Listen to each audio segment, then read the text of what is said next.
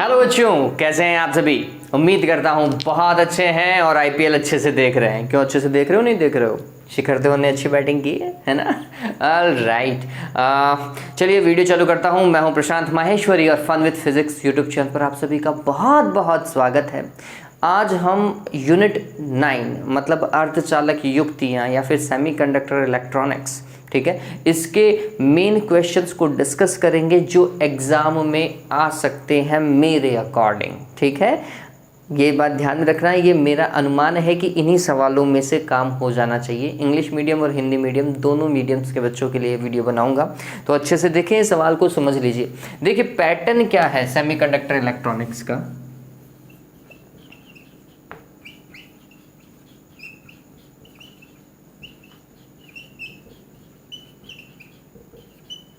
इसका pattern according to model test paper 1+1+4 है। 6 mark complete होंगे, एक एक नंबर के 2 सवाल और फिर 4 नंबर का एक सवाल जो कि आपके दय खंड से आएगा। इसमें 2 ऑप्शन मिलेंगे, ऊपर और नीचे आपको। हम इसके लिए काम करेंगे क्योंकि 1 नंबर के सवाल के लिए तो उसके पास में बहुत बड़ा एरिया है।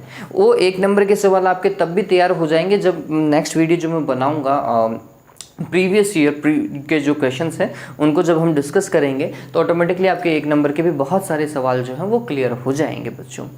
हम 4 नंबर के क्वेश्चन के लिए आज डिस्कस करेंगे कि 4 नंबर का क्वेश्चन किस तरीके से आया है बोर्ड के अंदर और हमें कौन से टॉपिक के ऊपर ज़्यादा गौर करना है।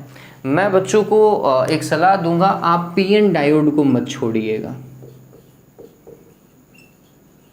पीएन डायोड को पूरा का पूरा पढ़ डालो, कहीं से कुछ नहीं छोड़ना। चलिए, तो पीएन डायोड के लिए सबसे पहला क्वेश्चन जो मैं आपको बताना चाहूँ वो कुछ ऐसा है बच्चों। ये क्वेश्चन है, पीएन संधि डायोड से क्या अभिप्राय है? से क्या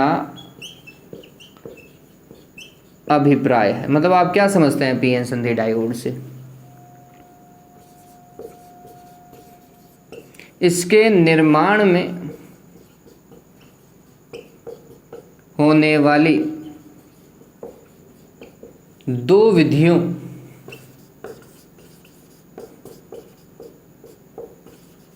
का नाम लिखकर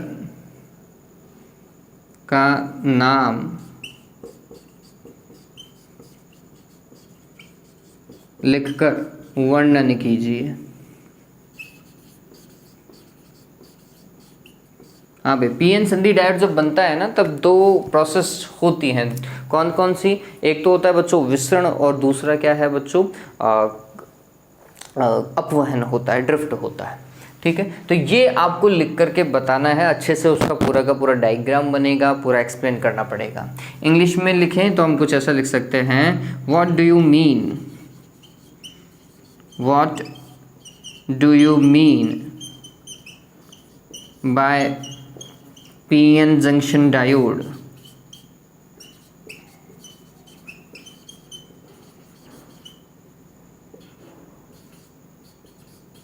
Explain the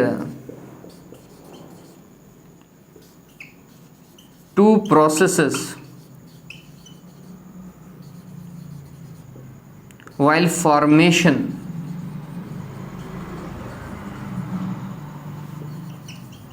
of PN diode. PN diode के निर्माण के समय जो 2 प्रोसेस होती है वो आपको समझानी है। कौन कौन सी है बच्चों? हिंदी मीडियम वाले बच्चों सुन लो, विसरण और फिर अपवहन। इंग्लिश मीडियम वालों के लिए हम बोलेंगे डिफ्यूजन एंड ड्रिफ्ट। ये 2 प्रोसेस आपको अच्छे से समझानी है। वीडियो का लिंक मैं शेयर कर दे रहा हूँ बच्चों, इसका वीडियो का लिंक मैं शेयर कर दे रहा हूँ। जितने भी बड़े क्वेश्चन हैं इन सभी का मैं वीडियो लिंक शेयर कर रहा हूँ, तो आप वहाँ से देख सकते हैं। ये पहला सवाल जो मेरे को अच्छा लगता है। दूसरा, और जो कॉमनली आस्क्ड क्वेश्चन है, सामान्यतः ऐसा सवाल आता ही है, क्या भाई पीएन संधि डायोड की कार्यविधि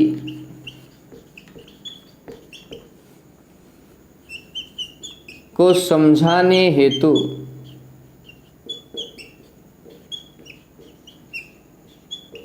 परिपथ चित्र बनाएं तथा वी आई अभिलाक्षणिक वक्र प्राप्त करें।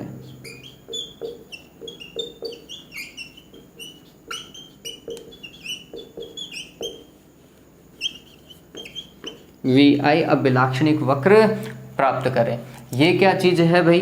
तो आप सभी को पता है कि पी एन डायोड की जो वर्किंग होती है वो अग्र अभिनीति और पश्च अभिनीति में होती है, मतलब फॉरवर्ड बायस और रिवर्स बायस में। तो आपको फॉरवर्ड बायस और रिवर्स बायस का क्या बनाना है? सर्किट डायग्राम बनाना है। और सर्किट डायग्राम को समझाते हुए फिर आपको क्या बनाना था? अभिलाक्षणिक वक्र प्राप्त करना है ना। इंग्लिश के अंदर अपन लिखेंगे describe the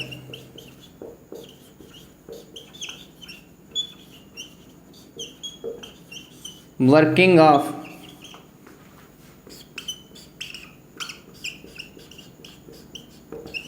PN junction diode by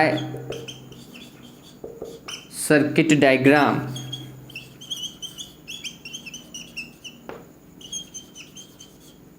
and draw the VI या फिर IV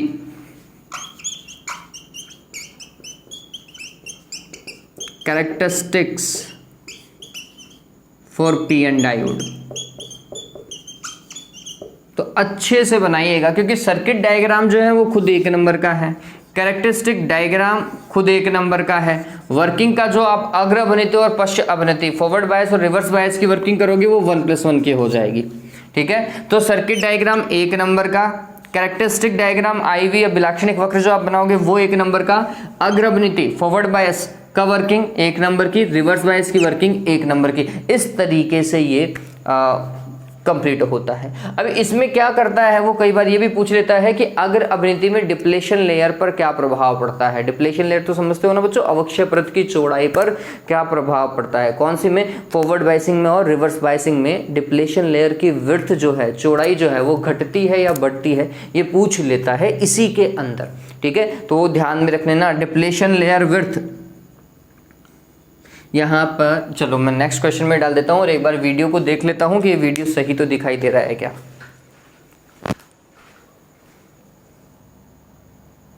सही दिखाई दे रहा है, कहीं कोई दिक्कत नहीं।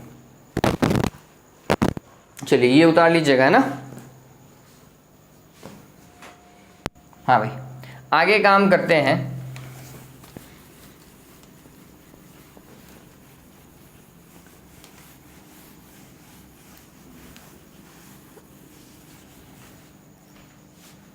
हाँ, इस क्वेश्चन को अगर आप पहले क्वेश्चन को ही देखें तो इस पहले क्वेश्चन के अंदर, जैसे अब मैं बोलूँ पीएन डायोड ये एक नंबर का, ठीक है, इसके निर्माण में होने वाली दो विधियों का नाम लिख करके वर्णन 1+1 हो जाएगा।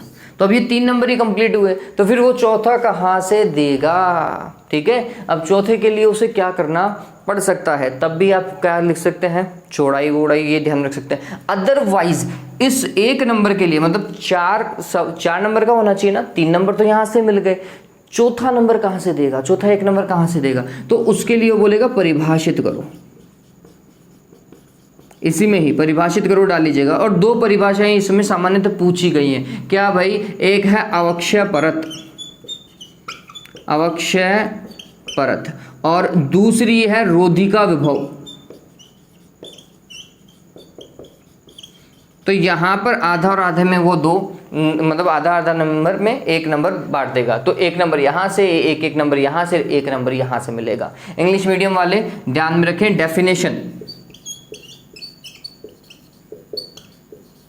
डेफिनेशन किसकी बच्चों? डिप्लेशन लेयर की।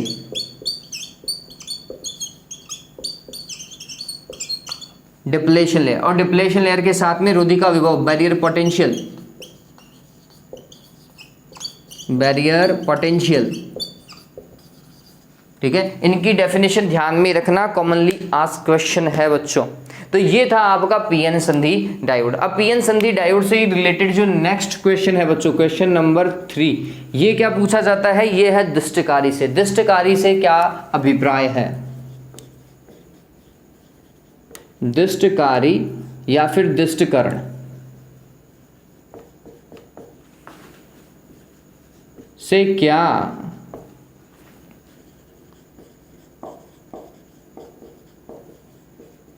अभिप्राय है। ठीक है, फिर इसमें फिर वो कुछ भी दे सकता है, पूर्ण तरंग दृष्टकारी दे सकता है। अब नंबर डिवाइड देखो पूर्ण तरंग दृष्टकारी में या फिर अर्ध तरंग दृष्टकारी में।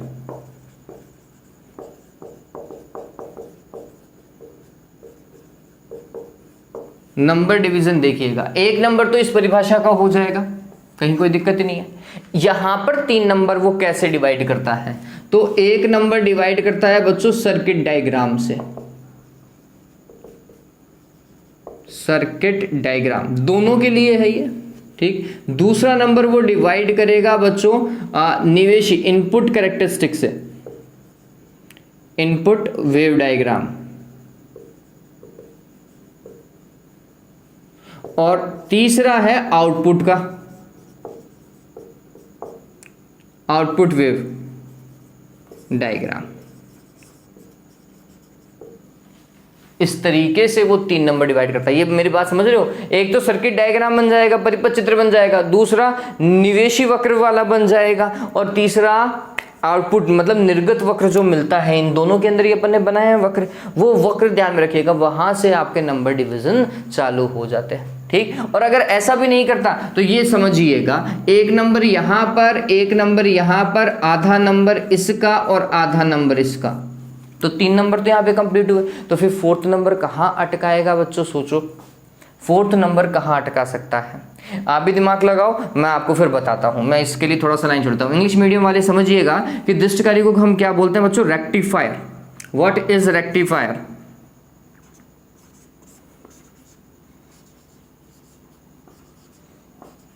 व्हाट इज रेक्टिफायर या फिर रेक्टिफिकेशन। ठीक है, ये पूछ सकता है, रेक्टिफायर पूछ सकता है या फिर रेक्टिफिकेशन की डेफिनेशन पूछ लेगा।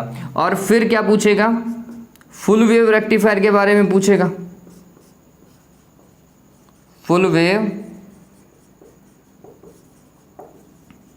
रेक्टिफायर और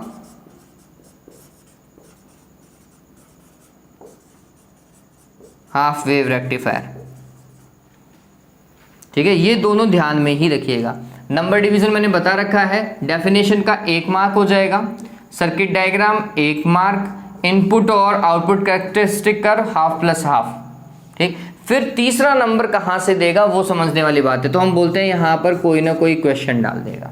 क्या क्वेश्चन डाल सकता है वो, ये बोल सकता है कि इनपुट में फ्रीक्वेंसी 50 हर्ट्ज है तो आउटपुट की फ्रीक्वेंसी क्या होगी। तो हम बोलते हैं पूर्ण तरंग दृष्टकारी है तो डबल हो जानी चाहिए और अर्ध तरंग है तो उतनी ही रह जानी चाहिए। ठीक है, ये क्वेश्चन है बच्चों, है नहीं है बच्चों, मेरे को बताओ, था नहीं था।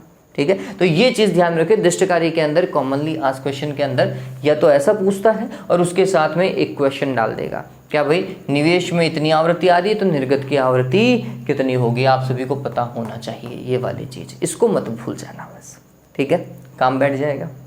आप चाहे तो सेतु दृष्टकारी ब्रिज रेक्टिफायर भी याद रख सकते हैं। सी कौन सा है, ब्रिज रेक्टिफायर, सेतु दृष्टकारी।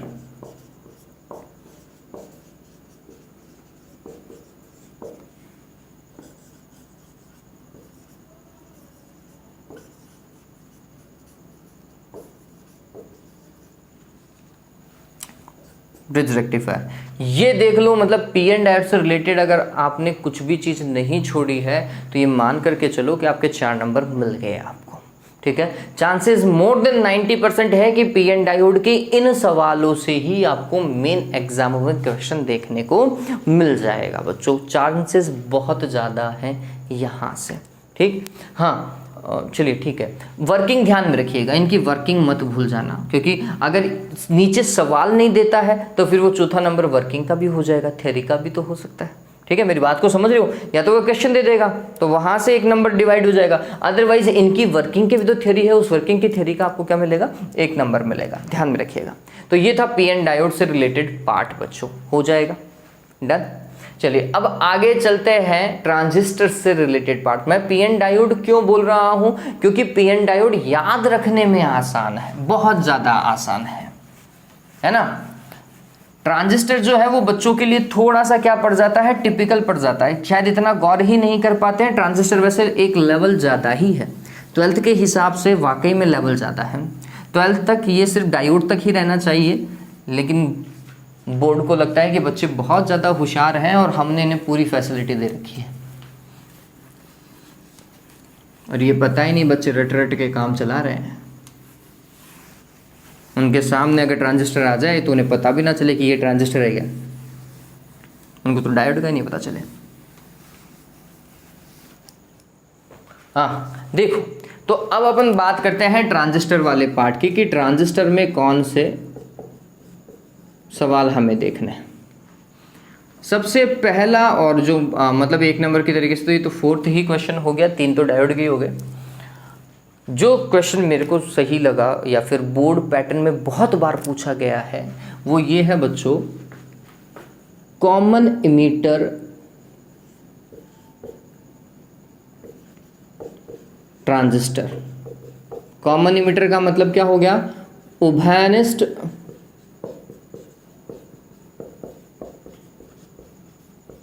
उत्सर्जक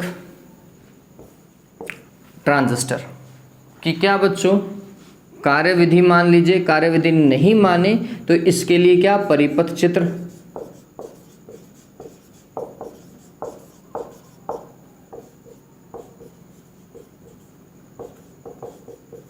निर्गत एवं निवेशी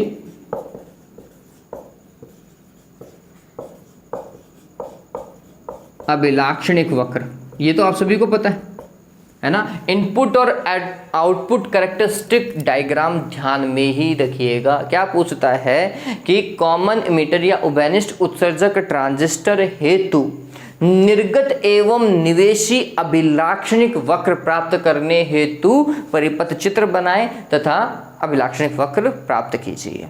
तो 1 नंबर परिपथ चित्र का, 1 नंबर इन दोनों का, ठीक है, 3 नंबर हो गए हैं, और 1 नंबर फिर इसकी थ्योरी का, ठीक, इस तरीके से। और अगर वो नहीं दे तो फिर कॉमन इमीटर के लिए वो क्या पूछ लेगा, धारा लाभ। धारा लाभ का सूत्र लिखो। इसके लिए धारा लाभ क्या होता है बच्चों, बीटा होता है ना। और बीटा इज इक्वल्स टू क्या, IC डिवाइडेड बाय IB वाला कॉन्सेप्ट, ऐसा। तो ये चीज ध्यान में रखिएगा, ये बहुत इंपॉर्टेंट है। हाँ, फिर ये पता चल गया ना क्वेश्चन किसका है, तो कॉमन इमीटर कॉन्फ़िगरेशन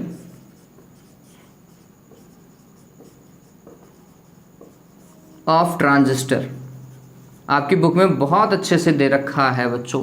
ये NPN भी हो सकता है और PNP भी हो सकता है, कहीं कोई दिक्कत नहीं है। एक बैटरी ही चेंज होगी, निवेशी और निर्गत अभिलाक्षणिक वक्र पे कोई परिवर्तन नहीं आएगा। सिर्फ और सिर्फ परिपथ चित्र में एक छोटा सा परिवर्तन आएगा, बैटरी का और अंदर वाले ट्रांजिस्टर का, ठीक है, और कोई परिवर्तन नहीं है। ये तो ऐसे के ऐसे ही रहेंगे, इनमें चेंजेस मत कर देना। इसमें आपको क्या ध्यान में रखना है, सर्किट डायग्राम अच्छे से, सर्किट डायग्राम, और फिर input and output characteristic curves, done है। और फिर ये करंट गेन ध्यान में रखिएगा।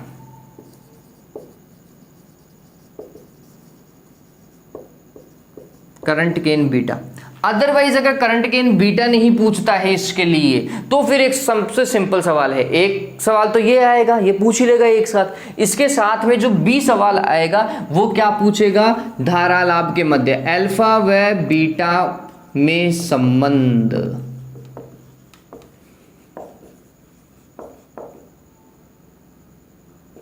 Relation between alpha and beta, ठीक है। Current gain for common base and current gain for common emitter configuration, इनके बीच में क्या संबंध है पूछ लेता है बच्चों, ये कोई बड़ी बात नहीं है। क्या होता है भाई, तो हम लिखते हैं alpha is equals to beta divided by 1 plus beta, लिखते हैं ना। ये कैसे आता है, या फिर बीटा इज इक्वल्स टू क्या हो जाएगा, alpha divided by 1 minus alpha, ऐसा ही होता है रे। हाँ, आगे देखिए बच्चों, इसके आगे 5th क्वेश्चन,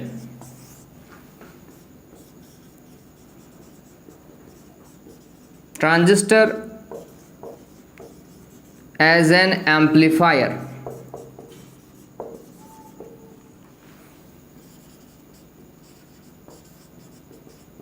ट्रांजिस्टर प्रवर्धक की भांति, और इसमें भी कौन सा कॉमन इमीटर ट्रांजिस्टर है, कौन सा पढ़ेंगे हम, कॉमन इमीटर ट्रांजिस्टर ही है, ये बात ध्यान में रखना है ना। उभयनिष्ठ उत्सर्जक ट्रांजिस्टर के लिए हमने क्या पढ़ना है, ट्रांजिस्टर प्रवर्धक की भांति पढ़ना है। तो क्या याद रखना है भाई प्रवर्धक के लिए, प्रवर्धक में एक तो सर्किट डायग्राम, इसके अंदर क्या याद रखेंगे, सर्किट डायग्राम। हिंदी मीडियम और इंग्लिश मीडियम एक साथ देख लो भैया, क्या याद रखोगे इसमें, सर्किट डायग्राम 1 नंबर का आएगा। फिर दूसरी क्या चीज आएगी, आंसर है voltage gain, voltage gain, current gain और पावर गेन। ठीक है, क्या वोल्टा लाभ, धारा लाभ और शक्ति लाभ, इनका व्यंजक मत भूल जाना भाई, इनका व्यंजक पूछता है। तो 1 नंबर यहां से और 3 नंबर यहां से, चलो अगर ऐसा भी नहीं देता है तो 1 नंबर यहां से और 2 नंबर तो इनके देगा ही देगा, 1 + 2 ये तो करेगा ही करेगा। तो फिर चौथा नंबर कहां से देगा आपको, तो चौथे नंबर के लिए उसके पास में पार्ट रह गया थ्योरी, आपने छोड़ दी, थ्योरी का भी मान सकता है वो चौथा नंबर। ठीक है, चलो थ्योरी का नहीं मान रहा है तो फिर और किसका मानेगा, वैसे थ्योरी का मानना ही चाहिए, अगर थ्योरी का नहीं मान रहा है तो फिर वो किसका मानेगा, 4th नंबर, वो 4th नंबर मानता है बच्चों खुद का एक सवाल जोड़ देगा। ठीक है, क्या भाई कि कॉमन इमीटर कॉन्फ़िगरेशन में निर्गत और निवेश के मध्य, निर्गत और निवेशी वोल्टता या निवेशी धारा के मध्य कितना कलांतर होता है, आंसर है 180 डिग्री, है ना। विपरीत कला में होता है निर्गत और निवेशी, बात ध्यान रखना, किसमें, कॉमन इमीटर में। कॉमन इमीटर में निर्गत और निवेशी वोल्टता के मध्य का कलांतर कितना होता है बच्चों, 180 डिग्री होता है, ध्यान रखिएगा, उल्टी बनती है कॉमन इमीटर के केस में, तो ये पूछ सकता है। अगेन अल्फा और बीटा का संबंध तो यहाँ पर भी डाल सकता है। तो आपको ट्रांजिस्टर में 2 चीज़ें ध्यान में रखनी है, और छोटे सवाल जो बोर्ड के होंगे वो मैं करवा दूंगा, तो आपके ट्रांजिस्टर के छोटे सवाल भी लगभग तो हो जाएंगे, है ना।